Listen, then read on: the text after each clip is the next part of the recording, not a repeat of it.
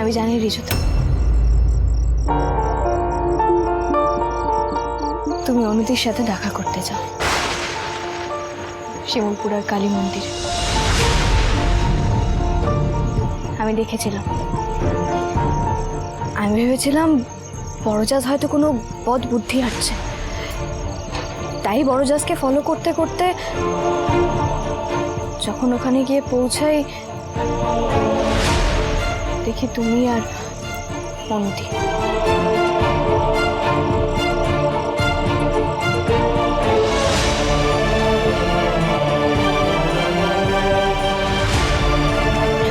রিজুদা, আমি ভেবেছিলাম তুমি হয়তো তোমার বোনকে নিজের থেকে বলবে, অপেক্ষা করেছিলাম। কিন্তু আজ মন্দিরে দেখা হয়ে যাওয়াটার পর আমার মনে হলো বোন হিসেবে দাদার সাথে এইটুকু আমার শেয়ার করা উচিত, তাই বললাম। কিন্তু তার মানে এই না যে তোমাকে এক্ষুনি আমাকে কিছু শেয়ার করতে হবে।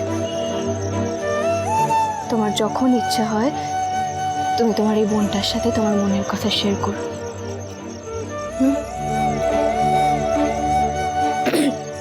যাকে তোমাকে ওদিকে যেতে হবে না, আমি যাই, হ্যাঁ একটু ঘুরে আসি। কখনো বলতে পারিনি অনু, আমি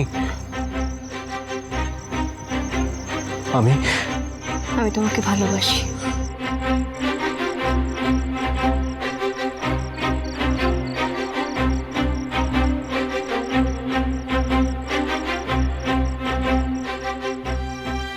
কি করি বা বলতাম, বলো, সাহস ছিল না আমার। আমি তার মেজদা ভাইয়ের মতো তো ব্রিলিয়ান্ট নই, বরাবরই মিডিওকার। কি জানো, নেহাত মেজদা ভাই ছাতার মতো আমাদের মাথার উপর রয়েছে। তাহলে আজ পর্যন্ত আমি কি করতে পেরেছি বলো তো? কিছুই তো করতে পারিনি। অনু কেন অ্যাকসেপ্ট করবে আমাকে?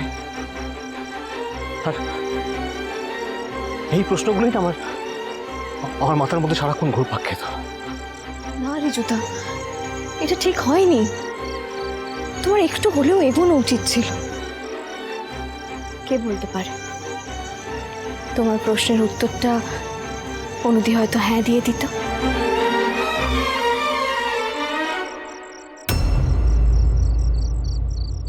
গেছিলাম চিল্লি, সাহস করে একদিন বলতে গেছিলাম, কিন্তু গিয়ে দেখলাম সত্য জেঠু, পার্থ সবাই অনুর বাড়িতে রয়েছে। কেন জান? সেদিনকে অনুর আশীর্বাদ ছিল।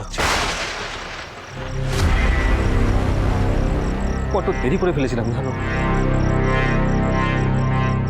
আমি জানতে পারলাম যে 1 মাস পর পার্থ আর অনুর বিয়ে।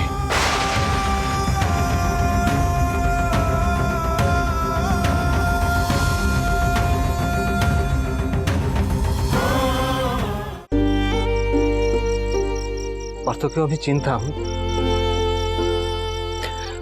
তাই মনে হলো যে পার্থ তো আমার থেকে অনেক অনেক বেশি যোগ্য অনুর জন্য।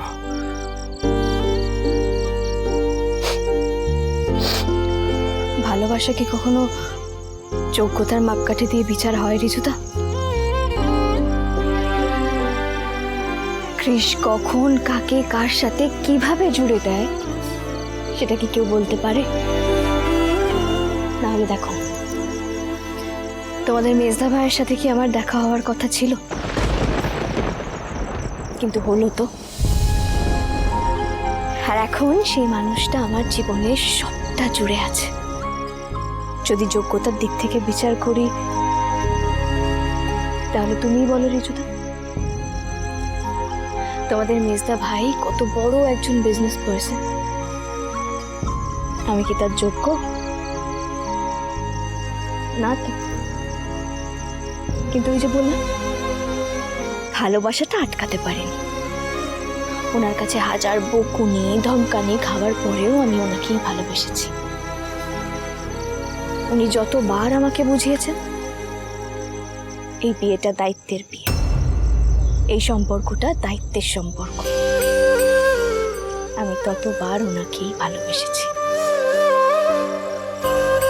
ওনার এই দায়িত্ব নিতে চাওয়াটাকেই আমি ভালোবেসেছি। আমাদের এই বিয়েটা শুধুমাত্র দায়িত্বের বিয়ে। জানো ঝিল্লি, তুমি আর আমি না একই জায়গায় দাঁড়িয়ে। ঝিল্লি, এই যে মেজদা ভাই কি ফিল করে সেটা চিন্তা না করে তুমি মেজদা ভাইকে এতটা ভালোবাসো। এক্স্যাক্টলি আমি অনুকে এতটাই ভালোবাসি। বিশেষ করে আমার কিছু যায় আসে না তাতে অনু আমাকে ভালোবাসলো কি বাসলো না, আমার আমার কিচ্ছু যায় আসে না। কেন বলো তো? কারণ একতরফা ভালোবাসায় শুধু আমার অধিকার আছে, শুধু আমার অধিকার, শুধু আমার।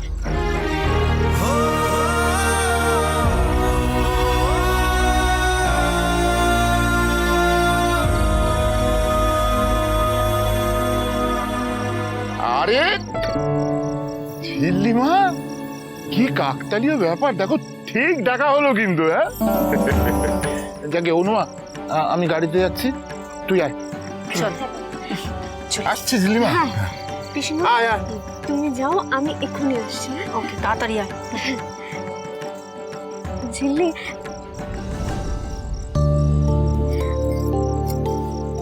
এই নাও মায়ের প্রসাদ। আসছি। হ্যাঁ,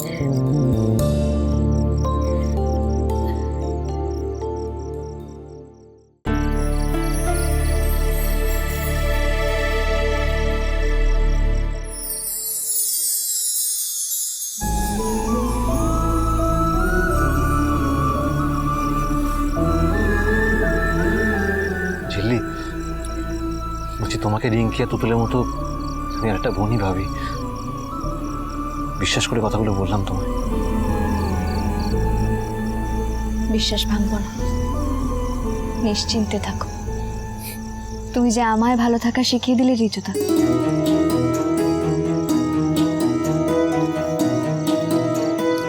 একা একা ভালোবাসতে শিখিয়ে দিলে রাজার মতো।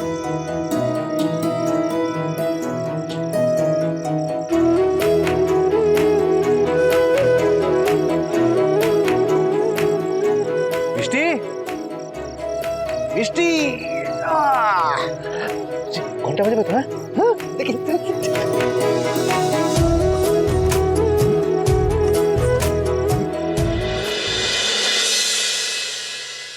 এই যে হয়েছে, এতক্ষণ সময় লাগে একটা পুজো দিয়ে ফেরত যেতে? এই দেখেছো তো, সেই আমাকেই আসতে হলো।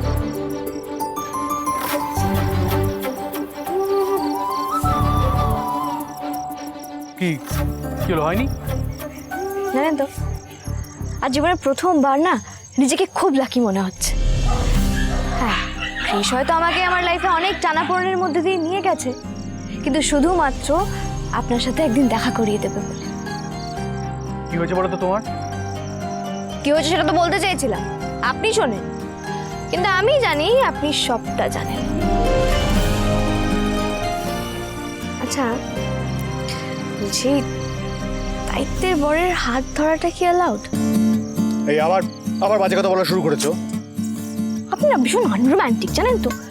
কি সুন্দর চাঁদের আলো, কত সুন্দর পরিবেশ, ওই ঘোড়া ম্যাডামকে হাত ধরতে দিতে পারেন, আর চিল্লি চৌধুরী ধরলেই যত সমস্যা না। হ্যাঁ,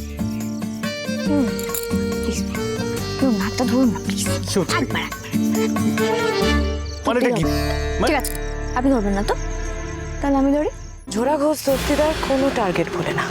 টার্গেট? কিসের টার্গেট? তুমি কি আমার উপর নজর রাখছো? নজর রাখার মতো কোনো কাজ তুমি করেছো নাকি? ভুলেও কিন্তু উল্টো পাল্টা কোনো কাজ করার কথা ভাববেও না, তাহলে কিন্তু এই ঝিল্লি চৌধুরীর থেকে খারাপ আর কেউ হবে। সুজনে সুজনে রয়েছি যেন